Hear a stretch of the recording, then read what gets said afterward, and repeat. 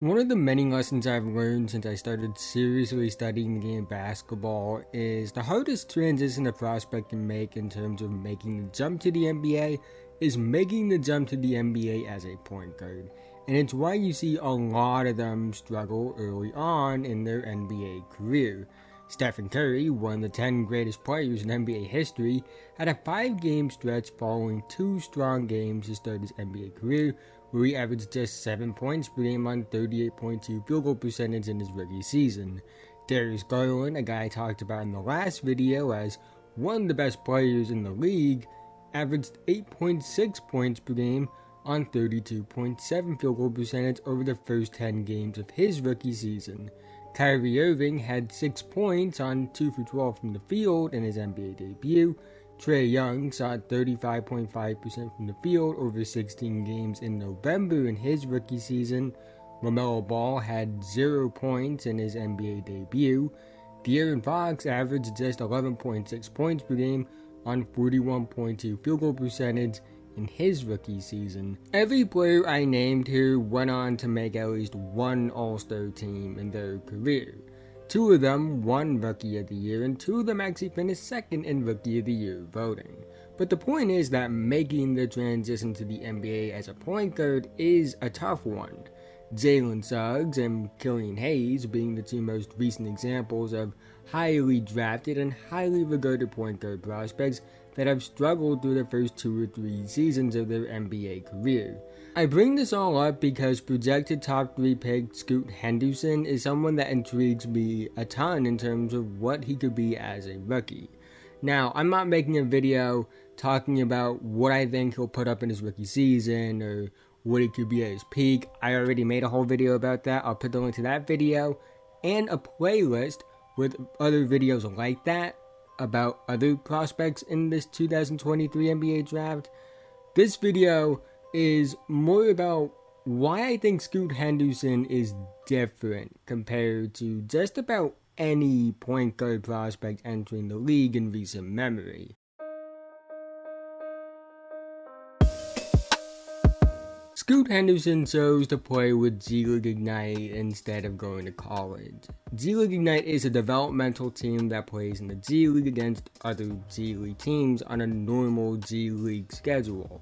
The goal of Ignite is to develop and prepare NBA prospects for the draft, offering prospects NBA level training and a professional sports environment to grow and mature in that college isn't able to offer, while also allowing American-born prospects to get this experience without having to leave the country to play overseas for a year.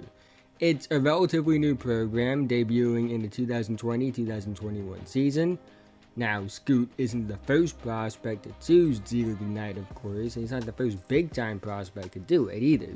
Jalen Green was the first big-time prospect to bypass college to join G League Ignite, and he would become the highest drafted player that played for Ignite when he went second overall to the Houston Rockets in 2021. Jonathan Kuminga reclassified up, where he was the number 1 player in the 2021 recruiting class, but he reclassified up to 2020 so he could be eligible for the 2021 draft when he joined Ignite, and he's the second highest drafted player from the Ignite program, going 7th overall to the Golden State Warriors in 2021. In total, G League Ignite has produced 6 total draft picks since its formation in 2021, 4 of them being first-round picks: Green and Kuminga, like I already mentioned, as well as Dyson Daniels, who went 8th overall to the Pelicans in 2022, and MarJon Beauchamp, who went 24th overall to the Milwaukee Bucks in 2022. They likely will have 2 first-round picks in the 2023 NBA draft with Scoot Henderson and Leonard Miller, with a chance at 3 first-round picks, as Sidy Cissoko has a chance to go in the first round as well. On top of that, next year, they have 2 projected high picks in the 2024 draft joining the program. Ron Holland, a freak athlete wing forward with monster defensive potential as well as playmaking and creation upside. He's actually my way too early favorite to be the first overall pick in 2024.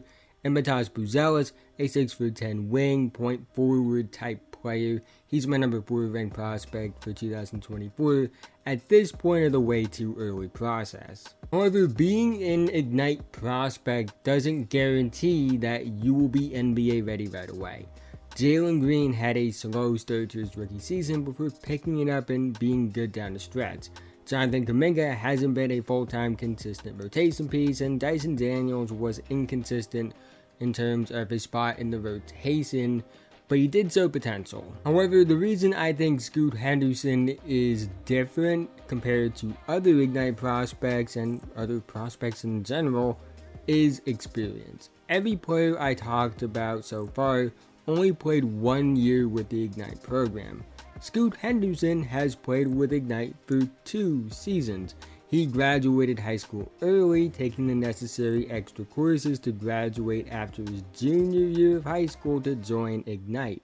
Now, this wasn't like Jonathan Kuminga, where he reclassified to be draft eligible a year early. Scoot reclassified despite the fact he wasn't draft eligible for 2022. He did this to sign a 2-year, $1 million contract with Ignite, so he could get that early start to his NBA development. At 17 years old, Scoot Henderson became the youngest player to ever play a G League game, and it's not the fact that he just played 2 years either. It's the fact he's played good basketball over these 2 years. Here are some of Scoot Henderson's G League stat lines at 17 years old. 31 points, 6 rebounds, 5 assists on 66.7 field goal percentage in 28 minutes. 22 points, 10 rebounds, 8 assists on 50-50, 87.5 splits in 29 minutes. 19 points, 7 rebounds, 10 assists on 61.5 field goal percentage. He's had his ups and downs. He wasn't perfect. He had games where he struggled. But for a 17-year-old to do that against G League competition is incredible. The G League isn't the NBA, and I'm not trying to suggest that. But it's a league full of grown men that have pro experience at some level, and also a decent amount of them were the best players in college at one point. For a 17-year-old to have games like this is really telling of how good of a prospect he is. He averaged 14.3 points per game, 4.8 rebounds per game, and 4.2 assists per game on 44.9, 21.6, 77.8 shooting splits in his first season with Ignite.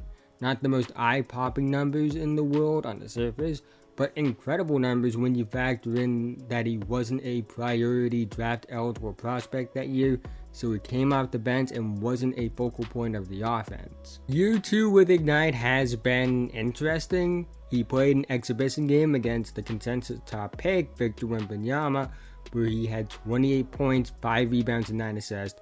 However, I think people soured a bit on Scoot because he didn't have the best regular season. 17.6 points per game, 5.1 rebounds per game, 6.4 assists per game on 44.3, 32.4, 75 shooting splits during year 2 with Ignite.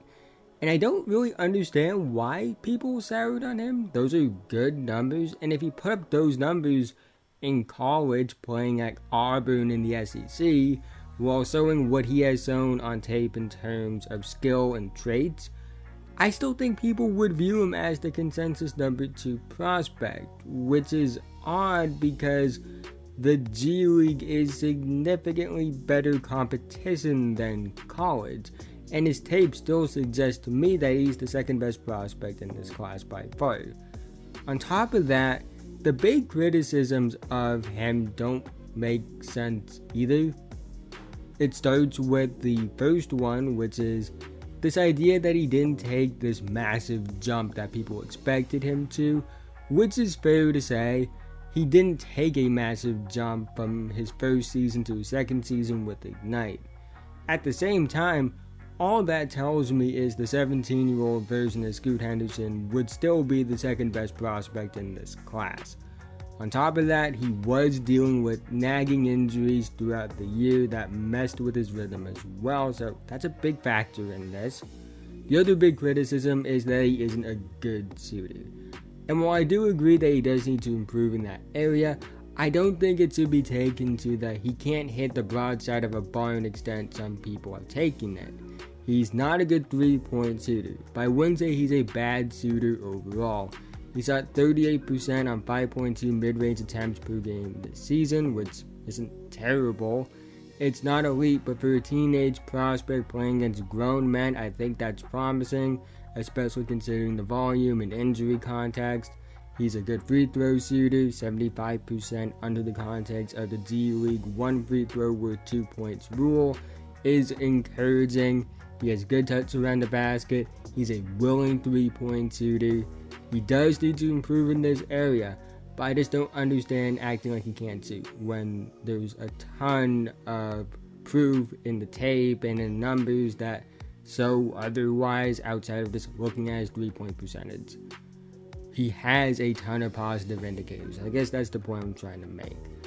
On top of that, I don't think the fact that he's not a good 3-point shooter should take away from everything else he does, because everything else he does is truly special. Scoot had his ups and downs with Ignite, but he showed a lot more positive signs than negative signs. He showed NBA level traits over these 2 seasons at such a young age, and I think he's going to be NBA ready as a rookie. He showed he could adjust from playing against high school kids to dropping 31 points at 17 years old in the G League. He put up good numbers against grown men. He has special intangibles and traits on tape. What makes him different from other rookie guards entering the NBA is that experience. Most top point guards played in college. You do have some exceptions to the rule like LaMelo Ball and Josh Giddey in the NBL and Luka Doncic in the EuroLeague, but Luka is an outlier all-time great prospect. Outside of them, basically every other top point guard has played in college, and the jump from playing point guard in college to the NBA is the most difficult transition to make, even for the best of the best. Scoot is going to have an easier transition not only compared to college prospects, but also other Ignite prospects. He's had 2 years playing against G League competition and getting real minutes in both those seasons. He's had big performances against significantly better competition than most his age face at the same stage. He's had 2 years of NBA level training and development. On top of that, Scoot has a physical advantage that most point guards don't even come close to at any point of their careers, let alone as a teenager. Most point guards aren't this strong, this fast, this quick, have this level of vertical explosion, vertical range, and body control at any point of their careers, let alone as a teenager like Scoot is. He's a physical monster. He's built like peak Russell Westbrook and a mini LeBron James at 19 years old. Scoot is the most NBA-ready teenage point guard prospect I've ever seen, and he might be the most NBA-ready teenage point guard prospect ever. I struggle to name a prospect this young at the point guard spot that has this combination of physical tools, athletic gifts, feel for the game, intangibles, and skill as a basketball player. That's what makes Scoot Henderson special, and that's what separates him from other point guard prospects entering the league historically. He's further along than most at his age are in so many areas, and that will make his transition to the NBA easier than it is for most teenagers. I'm not saying Scoot Henderson is perfect. I'm not saying he won't have his struggles as a rookie. No matter how much experience you have prior to the NBA, every rookie has ups and downs. Even Luka Doncic, who was the MVP in the second best league in the world prior to his rookie season in the NBA, had his ups and downs as a rookie. But when I look at Scoot Henderson, I see an unreal amount of NBA-ready traits and gifts. I see a player who's been ready to play in the NBA for 2 years now, and I can't name any other pure point guard prospects at this young of an age that I felt that way about. It's not a guarantee that Scoot has a smooth transition to the NBA. it still is a transition to the best basketball league in the world.